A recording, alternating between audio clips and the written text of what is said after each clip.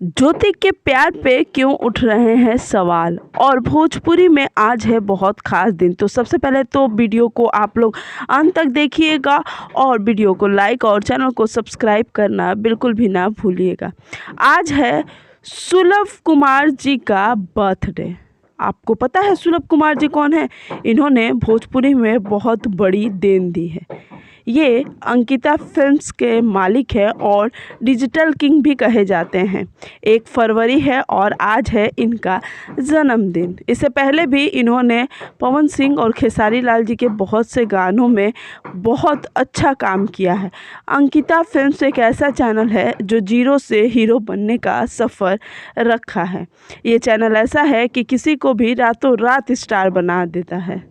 सुलभ कुमार जी ने ये साबित कर दिया कि भोजपुरी को भी अलग किया जा सकता है, अलग लेवल पे ले जाया जा सकता है।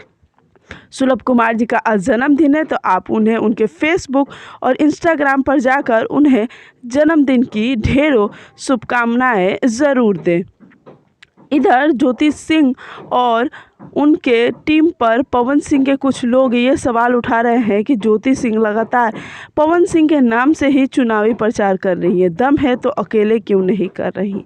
अब ये देखना काफ़ी लाजमी होगा कि ज्योति सिंह इन सवालों का कैसे जवाब देती हैं। आपको क्या लगता है, हमें कमेंट्स ज़रूर